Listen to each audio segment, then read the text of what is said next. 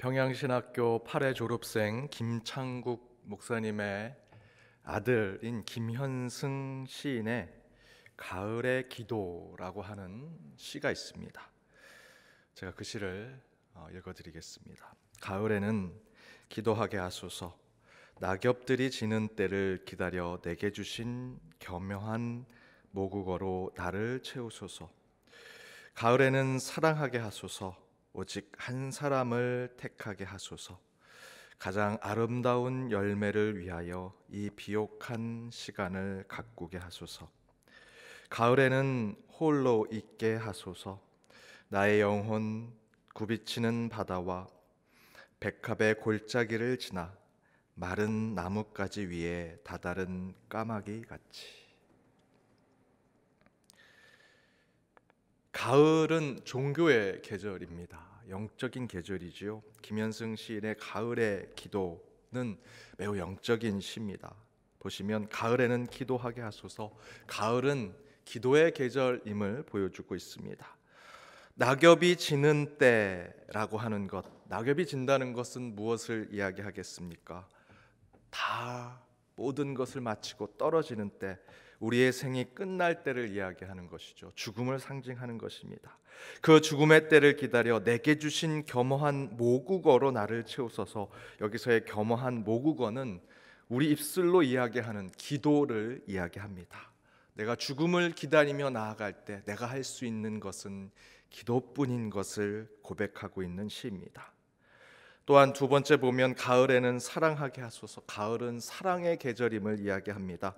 오직 한 사람을 택하게 하소서. 여기서 오직 한 사람은 내가 사랑하고 사모하는 사람이면 좋겠지만, 이 시인은 오직 그 한 사람, 곧 우리의 절대적인 존재, 유일한 사람, 신적인 존재인 하나님을 이야기합니다. 그 하나님만을 바라보게 하소서.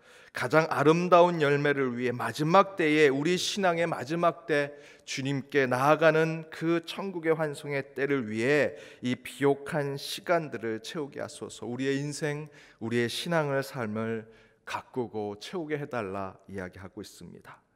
마지막 가을에는 홀로 있게 하소서. 가을은 고독의 시간임을 이야기합니다. 나의 영혼 굽이치는 바다와 백합의 골짜기를 지나, 내 영혼의 출발, 그리고 굽이치는 바다는 우리의 젊은 시절, 굴곡이 있었던 우리의 청년의 삶을 이야기하는 것이고, 백합의 골짜기를 지난다라는 것은 백발이 된 우리의 머리를 상징하는 것으로, 나의 영혼 굽이치는 바다와 백합의 골짜기를 지난다는 것은 우리 전 인생을 이야기하는 것입니다. 그 전 인생을 지나 돌아보니 마른 나뭇가지 위에 다다른 까마귀와 같은 것이 내 삶이다. 마른 가지에 나무 하나 없는 그곳에 검은색 까마귀가 혼자 앉아있는 고독한 모습, 우리 인생이 바로 그런 고독이고 외로움인데, 바로 그 가운데 우리는 참된 신앙을 찾게 된다라는 이야기를 하고 있습니다. 예배 후에 다시 한번 여러분 이 시를 꼭 음미해 보시기 바랍니다. 이렇게 어느새 가을이 왔습니다. 긴 장마, 연속된 태풍, 코로나의 재확산으로 언제 어떻게 여름이 갔는지 모르게 가을이 찾아왔습니다. 이 영적인 가을, 이 종교적인 가을에 더욱 우리가 신앙이 깊어지고 채워져가는 가을이 되기를 간절히 바랍니다. 코로나로 유례없는 시간을 보내고 있지만, 하나님이 주시는 이 시간의 변화 속에서 더욱 영적인 삶을 찾아가 저와 여러분이 믿음의 삶으로 나아가길 주님의 이름으로 축복합니다. 마태복음의 말씀 36번째 쉼의 시간이라는 제목으로 함께 말씀을 나눠보고자 합니다. 요즘 다들 힘들다고 하십니다. 괴롭다고도 하시고요. 정말 어느 때보다도 위기의 시대이다, 참 어려운 시기다라고 말씀하고 있습니다. 그런데 신기하게도 그렇게 어렵고 힘들다고 말씀하시면서도 쉬고 싶다라고 얘기하시는 분은 한 분도 안 계십니다. 왜 그럴까? 당연한 이야기지만 지금 우리는 코로나19 바이러스로 모든 것을 멈추고 있고요. 그 가운데 모든 것이 반강제적인 쉼을 취하고 있는 상태가 되고 있기 때문입니다. 열심히 일해서 쉬는 것이 아니라 어쩔 수 없이 반강제적으로 휴식을 취하고 있는 것이죠. 열심히 일하고 싶은데, 땀 흘리고 수고하고 노력하고 싶은데 우리는 지금 그런 마음까지도 강제적으로 빼앗긴 채 휴식 같지 않은 휴식을 취하고 있는 상황입니다. 이런 상황 속에서 오늘 본문 28절 수고하고 무거운 짐진 자들아 다 내게로 오라 내가 너희를 쉬게 하리라는 이 말씀에 의미가 있을까? 지금의 이 상황 속에서 이 말씀을 다시 한번 묵상하게 됩니다. 저는 솔직히 과거에 이 구절을 가지고 몇 번 설교를 했습니다. 요한 후이징가의 호모 루벤스라고 하는 놀이하는 인간이라는 주제를 가지고 그 책을 읽고 시리즈로 설교한 적도 있습니다. 안식일, 희년이라는 성경적 주제를 중심으로 그리스도인의 쉼, 그리스도인들이 어떤 휴가를 보내야 하는지, 어떤 안식을 취해야 되는지 설교를 했었습니다.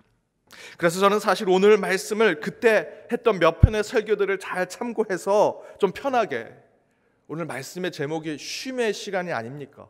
그래서 저도 좀 쉬면서 편하게 설교를 준비하려고 했는데 이 코로나 상황을 통해서 하나님은 다시 이 말씀을 읽게 하시고 기도하게 하시고 묵상함으로 새로운 하나님의 말씀을 찾게 하셨습니다. 수고하고 무거운 짐진 자들아 다 내게로 오라 내가 너희를 쉬게 하리라. 도대체 이 말씀이 지금 이 시대에는 어떻게 우리 삶에 적용될 수 있는가? 특별히 이 코로나 시대에 우리는 이 말씀을 읽어야 어떻게 읽어야 하는가? 어린 자녀를 둔 한 여자 집사님이 코로나 재확산으로 아이들이 학교에 가지 않게 되니 집에서 온라인으로 수업을 듣습니다. 온라인 수업을 들으면 시간이 많이 남게 됩니다. 그래서 뭘 어떻게 해야 될까 생각해서 많은 준비를 했습니다. 아이들과 보드게임도 하고 같이 요리도 만들어 보고 진흙을 사서 진흙놀이도 해보고 집에서 할 수 있는 여러 가지 놀이를 함께 열심히 아이들과 놀았습니다. 그리고 저녁이 돼서 이 엄마도 너무나 힘이 들어서 야 이제 아이들하고 다 잘 놀았으니까 다 됐겠지 하고 편히 쉬려고 하는데 갑자기 아이들이 뛰어오면서 엄마에게 이렇게 얘기하더랍니다. 엄마, 그럼 이제는 우리 언제 놀아요? 엄마는 아이들이 정말 심심하고 지루해할까 봐 뭔가 열심히 준비해서 같이 놀아줬다고 생각하는데 아이들 입장에서는 그건 엄마랑 같이 뭘 한 거고요. 아이들 입장에서는 여전히 놀지 않은 겁니다. 자기들에겐 재미가 있었던 것이 아닙니다. 자기들의 놀이가 아니었습니다. 거기에다 회사를 다녀온 남편은 불난집에 부채질하듯 이렇게 얘기합니다. 당신은 하루 종일 애들이랑 놀면서 뭘 했길래 이렇게 집이 지저분해? 항상 남편들이 그렇게 하죠. 코로나 때문에 밖에도 나가지 못해 집안에 있는 것 자체가 곤욕인 그 아이들은 집안에서 뭘 하고 놀며 즐기는 것이 그 엄마 입장에서는 놀아주는 것이고 노는 것이라 생각했는데 아이들은 그렇게 생각한 것이 아닙니다. 아이들의 입장에서 노는 것은 밖에 나가서 뛰어놀고 소리도 지르고 미끄럼틀에 올라갔다 내려갔다 모래도 만지고 지저분한 옷이 되어야 노는 것이지요. 그런데 특별히 우리 여자 성도님들이 애들이 학교에 안 가니까 이 코로나 때문에 항상 집에 있으니까 선생님 역할, 양호 선생님 역할, 급식 영양사 역할에 엄마 역할까지 코로나 때문에 1인 사역, 1인 5역을 하는 그런 성도님들이 너무 많이 계십니다. 그런 여자 성도님들은 쉬거나 휴식을 취하지 못한 채 아이들에게 같이 놀아주고 같이 쉼을 가져준다고 했는데 아이들은 기껏 하는 얘기가 이제 언제 놀아요? 언제 쉬어요? 라고 얘기하더라는 것입니다. 거기에 아무것도 모르는 남편들은 애들이랑 하루 종일 놀아준 그 아내에게 하루 종일 놀면서 뭐 하냐고 얘기하는 거죠. 저희들의 관계가 이 코로나 때문에 꼬이고 또 꼬이고 이 악순환이 계속해서 반복되고 있는 것 같은 모습을 보게 됩니다. 최근에 막 개척하신 선배 목사님께 제가 안부 전화를 했습니다. 제가 전화할 때 이 버릇이 있습니다. 마지막 인사할 때 이렇게 항상 얘기합니다. 예, 이제 쉬세요, 들어가세요 라고 하면서 전화를 끊습니다. 제가 이렇게 전화를 끊을 때 쉬세요, 들어가세요 라고 표현하면 제 아내가 도대체 전화할 때 왜 인사로 쉬세요, 들어가세요 라고 얘기하냐고, 예, 잘 계세요 라고 얘기하면 됐지 뭘 쉬고 뭘 들어가냐고 그렇게 얘기를 해도 제가 이 습관이, 이 버릇이 고쳐지지 않습니다. 그날도 한참 이 코로나의 여러 상황들을 얘기하면서 통하다가 마지막 그 형님에게 예 형님 쉬세요 들어가세요 하고 전화를 끊으려고 했습니다. 그랬더니 대뜸 그 형님 되신 목사님이 이렇게 얘기합니다. 야 지금도 쉬고 있고 내일도 쉴 거고 어제도 쉬었는데 야 이제 그만 좀 쉬자. 농담처럼 얘기하는데 제 마음이 참 슬펐습니다. 막 개척해서 뭔가 해보려고 했는데 코로나가 터졌습니다. 준비가 되어 있지 않습니다. 뭐 개척하는 교회 돈이 있습니까? 장비가 있습니까? 장소가 있습니까? 개척하려고 했다가 코로나가 터지니 그냥 계속 휴가입니다. 쉬고 또 쉽니다. 거기에 제가 버릇처럼 전화할 때 예 형님 쉬세요 라고 하니 농담처럼 야 그만 쉬고 싶다라고 얘기하시는데 제 마음이 참으로 슬펐습니다. 그분들만 그러겠습니까? 지금 코로나19 상황을 겪고 있는 모든 사람들이 다 겪고 있는 어려움이라고 생각합니다. 일을 해도 일하는 것 같지 않고 쉬어도 쉬는 것 같지 않은 우리의 현실. 그렇다면 도대체 쉼을 쉼이라고 말할 수 없고 휴식을 제대로 취할 수 없는 이 코로나 시대에 오늘 이 본문 수고하고 무거운 짐진 자들아 다 내게로 오라 내가 너희를 쉬게 하리라는 이 말씀이 우리에게 어떤 의미가 있을까? 이 특별히 코로나 시대에 이 말씀이 우리에게는 적용될 수 있을까? 이 코로나 시대에 우리는 이 말씀으로 어떤 쉼의 시간을 가져야 하는가? 그 첫 번째는 신율법 시대에 참된 쉼을 얻어야 할 때라는 것입니다. 신율법 시대에 참된 쉼을 얻어야 한다. 율법에 빠져있는 지금의 우리의 모습 가운데 우리는 영적인 쉼을 얻어야 한다라는 것이지요. 28절에서 수고하고 무거운 짐진 자들아 라고 하는 표현이 나옵니다. 28절에 나오는 이 수고하고 무거운 짐진 자들아 라고 하는 이 대상은 노동자 또는 일꾼 곧 무거운 짐을 지고 힘든 일을 하는 사람들을 이야기하는 것이 아닙니다. 이 말씀에 연결된 말씀이 마태복음 23장 3절에서 4절 말씀을 보면 이 말씀엔 서기관과 바리새인들이 모세의 자리 곧 율법을 자기 손에 쥐락펴락하는 율법을 마음대로 조종하고 통제하는 그 자리에 앉아서 그렇게 하는 그들이 자기들은 율법을 지킨다고 말만 해놓고 이 오늘 본문의 4절 마태복음 23장의 4절의 말씀을 보면 자기들은 지키지도 않고 사람들에게만 율법의 무거운 짐을 어깨에 지운다라고 하는 표현이 나오죠. 이 표현대로 본다면 오늘 본문에 수고하고 무거운 짐진 자들은 무거운 짐을 지고 힘든 일을 하는 노동조나 일꾼에 대한 이야기가 아니고요. 바로 율법의 큰 부담, 율법의 짐을 지고 살아가는 자들을 이야기하는 것입니다.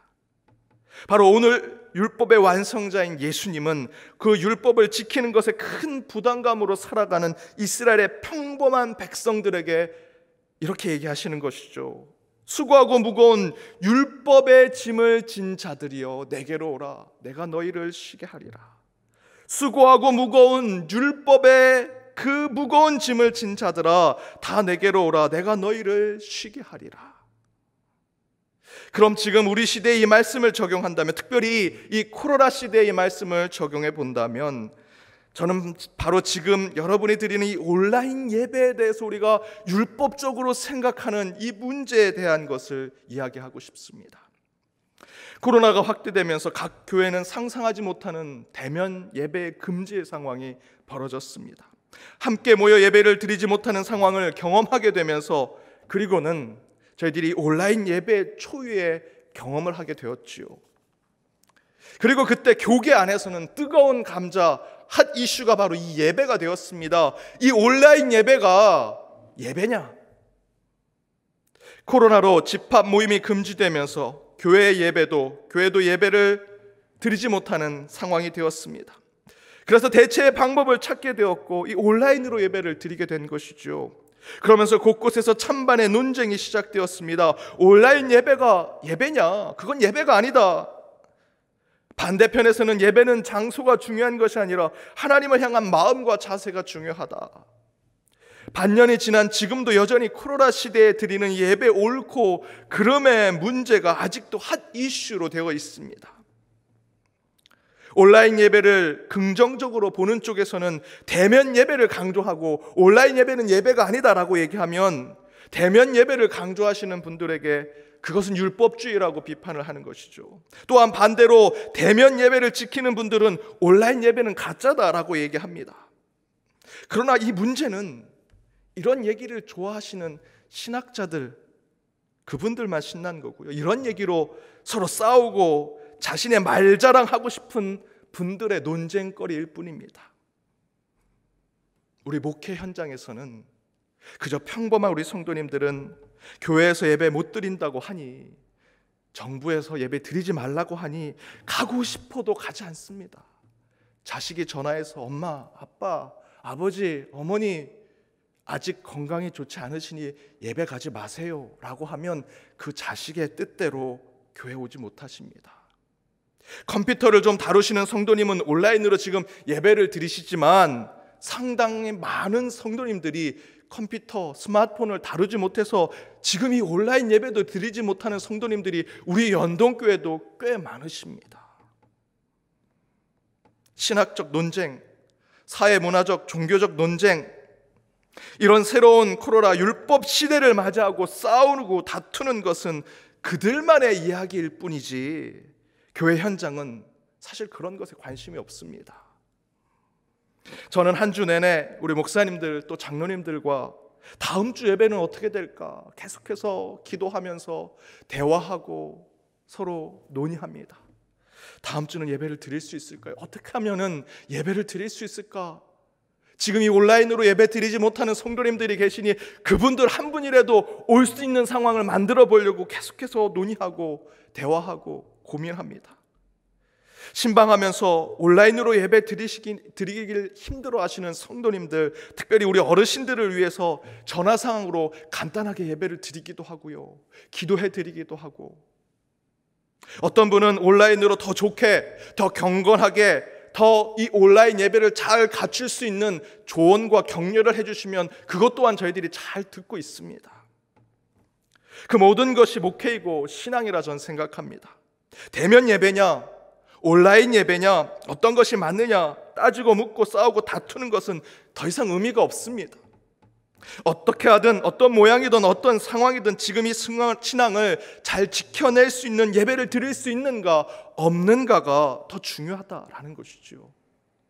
그 가운데 28절의 의미는 바로 이렇게 코로나 시대에 예배에 대해서, 신앙과 믿음의 삶에 대해서 이것이 맞다, 저것이 틀리다, 맞다 따지고 재단하고 정죄하는 새로운 시대의 신율법의 생각으로부터 도리어 우리는 주님의 쉼을 얻어야 한다는 것입니다.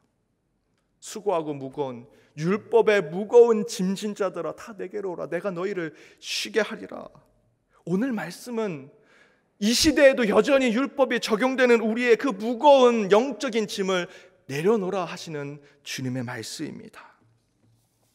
여기서 수고하고 무거운 짐진 자들은 여러분 양쪽 모두를 이야기하는 것입니다. 이런 예배가 옳다고 주장하며 보이지 않게 자기와 반대의 신앙생활을 하려는 자들을 정죄하고 재단하려는 바로 그 사람들도 여러분 이제 주님의 부르심에 나아가 영적인 쉼을 받으셔야 합니다. 또한 그런 정죄와 평가로 무거운 마음을 가지고 있는 분들, 제가 어르신들 전화했는데 온라인으로 예배를 못 드려서 3개월, 4개월 동안 저희들이 대면 예배 안 드리면 예배를 아예 못 드리신대요. 그런 분들은 그냥 기도 한번 하고 성경 한 절 읽고 예수님 사진 하나 보고 기도하는 게 그분들의 일주일의 유일한 예배입니다. 여러분 그분들을 아예 어떻게 그럴 수 있냐 얘기하실 수 있는데 그분들은 그 마음속에 죄책감을 갖고 계십니다. 내가 예배를 제대로 드리지 못했어. 그분들의 그 무거운 마음까지도 오늘 이 말씀을 통해 우리 주님은 수고하고 무거운 짐진 자들아 다 내게로 오라, 내가 너희에게 쉼을 주겠다 말씀하고 계시는 것입니다. 교회는 여러분에게 최선의 예배의 환경을 만들어 드릴 것입니다. 단 한 명이라도 모여야 되겠다, 선교와 전도적인 측면을 고려하면서도 예배를 드려야 한다면 저희는 바로 이 자리에 직접 대면하는 예배를 어떻게든 하도록 노력할 것입니다. 그러나 그러지 못한 상황이 지금처럼 계속 유지된다면 온라인으로도 어떻게 하면 경건하고 거룩한 예배를 드릴 수 있을까, 그 환경을 만들어 드리고자 노력할 것입니다. 우리 주님은 오늘 말씀대로 어떤 모양이라도 예배 드리는 모든 이들을 품으시고 사랑하시며 우리의 모습 그대로 우리 주님은 영광을 받으실 것입니다. 우리는 자꾸 예배에 대한 주님의 말씀을 잊고 살 때가 많습니다. 여러분, 예배에 대한 본질이 뭡니까? 예배의 중요한 우리의 자세와 마음이 무엇이겠습니까? 마태복음 5장 23절에 24절 이렇게 증거합니다. 예물을 제단에 드리려다가 거기에 내 형제에게 원망 들을 만한 일이 있는 것이 생각나거든 예물을 제단 앞에 두고 먼저 가서 형제와 화목하고 그 후에 와서 예물을 드리라. 예배가 맞다, 틀리다, 그것이 율법이다, 아니다 싸우기 전에 예배에 대한 것에 내 마음의 중심을 가지고 있다면 지금 내가 예배자로서 기억해야 할 말씀은 바로 이 말씀입니다. 내가 형제에게 원망 살 일이 있는가? 내가 형제와 다투고 갈라졌던 일들이 있는가? 그거 먼저 화해하고 화목해 한 후에 예배자로 바로 서라는 것입니다.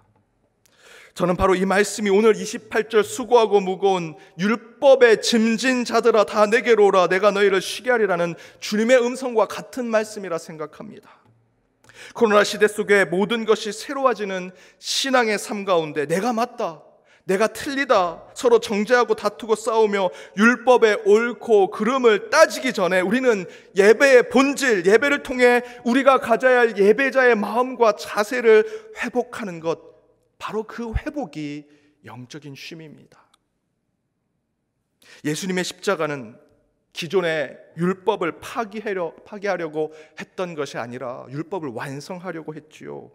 그 율법의 완성은 무엇입니까? 십자가를 통해 우리에게 주신 사랑입니다. 따라서 새로운 시대, 새로운 신앙을 세워갈 때 신율법적인 생각은 벗어버려야 합니다. 판단과 정죄, 율법과 종교가 아니라 사랑과 은혜, 말씀과 신앙으로 영적 자유와 참된 안식을 누릴 때 코로나에 끌려다니는 신앙이 아니라 코로나를 지배하는 신앙의 삶을 살아가는 참된 영적의 쉼을 얻는 주의 자녀들이 될 것입니다. 참된 쉼은 율법이 아닙니다. 율법을 통해서 나오는 것이 아닙니다. 오직 예수 그리스도의 사랑을 통해 나오게 될 것입니다. 두 번째, 지금 이 코로나 시대의 쉼의 시간은 개인주의화된 세상에서 참된 쉼을 얻을 때 우리는 그 시간을 가질 수 있다는 것입니다. 개인주의화된 나 중심의 삶을 살아가는 것을 내려놓을 때 참된 영적 안식을 얻을 수 있다. 과거에는 공동체, 함께, 같이 이런 표현이 덕이 되던 시대였습니다. 당연한 시대였죠. 그러나 지금은 이전의 이 근대화가 이루어지면서 사람들이 점점점 개인주의화 되어 가고 있습니다. 나 중심의 시대를 살아가는 사람들이 되었지요. 그 안에 이 코로나 시대는 그런 개인주의화, 1인 중심의 시대를 더욱더 심각하게 만들고 심화시키고 있습니다. 더 내 자신만 보게 하고 개인주의화를 더욱더 심각하게 만들고 있는 것입니다. 코로나 직전까지도 혼밥, 혼술, 혼태라고 하는 표현이 일상적인 표현이 됐었습니다. 혼자 밥 먹고, 혼자 술 먹고, 혼자 트레이닝, 혼자 운동하는 것. 이러다가 점점점 이 개인주의화, 나 혼자 하는 것이 심화되어 가고 있습니다. 신앙으로 본다면 혼기, 혼예, 혼신, 제가 만든 표현입니다. 혼기, 혼자 기도하고, 혼예, 혼자 예배드리고, 혼신, 혼자 신앙생활하는, 우리 신앙 안에서도 이런 개인주의화가 더 심각해지는 것이 아닌가 생각이 듭니다. 실제로 지금까지 온라인 예배가 고착된다면 혼예, 혼자 예배 드리는 것이 당연한 신앙생활처럼 여기지 않을까 근심이 됩니다. 아니, 이러다가 혼자 기도하고 혼자 예배 드리고 혼자 신앙생활하는 것에 혼자가 빠지는 거죠. 혼자라는 것이 빠지고 아예 예배, 기도, 신앙생활이 없어지는, 신앙을 잃어버리는 그런 상황까지 가지 않을까 걱정이 됩니다. 사실 그런 현상은 이미 세상에서는 나타나고 있습니다. 코로나로 개인주의화가 심화되고 그것이 사회적 현상이 되어 간다면 개인이 된 각 인간은요, 더 좋아야 되지 않습니까? 어차피 개인주의화 되어가고 혼자 살아가는 것을 즐기는 시대가 됐으면, 이 코로나 시대에 더 개인주의화가 심화되어 간다면 야, 너무 좋다, 나 혼자 살게 됐으니 기쁘다 라고 해야 되는데 어떻게 되고 있습니까? 코로나 이후로 엄청난 사람들이 코로나 우울증을 경험하고 있다고 합니다. 그 원인 중에 하나는 코로나 때문에 적절한 사회성을 유지하지 못하기 때문이라고 이야기합니다. 때로는 사람도 만나고 같이 밥도 먹고 수다도 떨고, 우리 교회 생활로 이야기한다면 같이 기도 제목도 나누고 손을 잡고 기도하고 같이 소리내서도 기도하고 찬양 연습도 같이 하고 라면 하나 김밥 하나라도 같이 먹으면서 서로 이야기하고 신앙의 이야기, 은혜 받은 이야기를 나누는 것이 있어야 하는데 그러지 못하니 우울증에 빠지는 겁니다. 개인주의화가 점점점 심화되고 그것이 좋다라고 생각하는 시대가 되었고, 그것을 더 강화하는 코로나 시대가 되었는데 오히려 사람들은 더 우울하게 되었다는 것입니다. 그래서 여러분, 교회는요 다시 모여야 합니다. 다시 교회는 식탁의 공동체로 함께 뜨거운 만남을 이루어야 합니다. 구역 모임은 더 활발하게 이루어져야 하고, 당연히 예배는 이전보다 더 뜨겁고 열정적으로 예배를 드리는 것으로 저희는 회복되어야 합니다. 저는 바로 이런 함께하고 같이하며 공동체성을 회복하는 것이 오늘 본문의 28절의 말씀이라 믿습니다. 28절에서 수고하고 무거운 짐진 자들아 다 내게 오라 내가 쉬게 하리라는 이 말씀 이후에 29절에서 예수님은 나는 마음이 온유하고 겸손하다라고 말씀하시지요. 그렇게 말씀하시면서 이렇게 증거하십니다. 29절 뒷부분에서 30절까지 나의 멍에를 메고 내게 배우라 그리하면 너의 마음에 쉼을 얻으리니 이는 내 멍에는 쉽고 내 짐은 가벼움이라 하시니라. 29절 뒷부분의 말씀은 예수님께서 내 멍에를 메고 내게 배우라 라고 말씀하십니다. 그러면 너의 마음에 쉼을 얻는다라고 증거하고 계시지요. 그런데 여러분, 어떤 사람이 멍에를 메면서 쉼을 얻을 수 있겠습니까? 무거운 멍에를 메면서, 나를 옥죄는 그 멍에를 메면서 휴식을 취할 수 있겠습니까? 소의 멍에, 이 사진을 보십시오. 이거 맸는데 누가 휴식을 취하고 안식을 취하고 쉼을 얻을 수 있겠습니까? 그런데 예수님은 자기에게 그 멍에를 매는 방법을 배우면 쉼과 안식을 취할 수 있다라고 말씀하고 계십니다. 여기에는 한 가지 우리가 놓치고 있는 것이 있습니다. 앞에서 제가 주제처럼 말씀드렸던 같이, 함께라는 표현입니다. 이 표현이 오늘 함께 읽었던 이 말씀 가운데 들어간다면 이런 것이죠. 나의 멍에를 같이 메고 내게 배우라 그리하면 쉼을 얻으리라. 나의 멍에를 우리가 함께 메고 내게 배우라 그러하면 쉼을, 영적인 안식을 얻을 것이다. 이 표현을 사진으로 얘기하면 이렇습니다. 이렇게 두 소가 이 멍에를 함께 매는 것입니다. 현대 성서 주석에는 영국 성서학자인 토마스 맨슨이 우리를, 주님의 자녀와 같은 저희를 예수의 견습생으로 묘사하고 있습니다. 견습생은 어떤 사람들입니까? 학생들하고는 좀 다릅니다. 학생들은 계속해서 주입식으로 배우는 거죠. 견습생들, 문화생들은요, 그 스승을 보고 같이 깨닫는 겁니다. 만화 그리는 문화생들, 도자기 만드는 문화생들, 그곳에 가서 같이 그 스승이 도자기를 만드는 것을 옆에서 지켜보면서 어깨 너머로 보면서 배우는 사람들을 견습생이라고 하지요. 바로 저와 여러분이 예수님의 견습생, 그분이 우리에게 주입식으로 자 암기해, 이런 거 알아야 돼, 1, 2, 3 외워, 그렇게 해서 예수님의 삶을 쫓아가는 것이 아니라 예수님이 그렇게 살아가는 모습을 보면서 우리도 이렇게 살아가는 것이 하나님 나라를 위하는 삶이구나 라는 것을 깨닫는 자들이라고 이야기합니다. 그러니까 29절의 표현은 자, 여기 내가 짊어졌던 멍에를 너도 한번 짊어져 봐라, 이렇게 말씀하시는 것이 아니라 내가 이렇게 멍에를 짊어지고 있으니 나랑 같이 짊어지고 앞으로 나아가 보자. 내가 같이 끌어주고 내가 같이 가르쳐주고 내가 힘들면 내가 이 앞에서 이끌어줄게 라고 하는 표현이 29절에 나의 멍에를 메고 내게 배우라. 내가 메었던 멍에를 네가 짊어져라는 것이 아니라 우리 같이 이 멍에를 같이 짊어지고 가자. 네가 힘들면 내가 더 많이 짊어져 줄게. 너가 쓰러지면 내가 다시 너를 일으켜 세워주고 내가 이 멍에를 짊어지고 갈게 라는 뜻입니다. 그래서 30절에서 내 멍에는 쉽고 가볍다라고 하는 뜻은 곧 멍에가 매기 쉽고 가벼운 것이 아니라 예수님께서 같이 매주시고 주님께서 함께 짊어주시니 쉽고 가벼울 것이다 라는 뜻입니다. 바로 이것처럼 우리는 나 스스로 뭘 할 거야, 나 혼자 신앙생활 할 수 있어, 다른 사람 필요 없어, 나는 신세지기 싫어, 함께하는 거 싫어, 나 혼자라도 잘할 수 있어 라는 개인주의적인 생각들, 개인주의화된 세상, 개인 중심적인 신앙심, 바로 이런 것으로부터 실제로 우리는 삶의 무거움을 느끼고 살아가고 인생의 부담을 가지며 살아가고 있는 것을 고백해야 합니다. 그 가운데 참된 쉼을 얻는 것은 바로 주님의 멍에를 함께 짊어지고 가는 것입니다.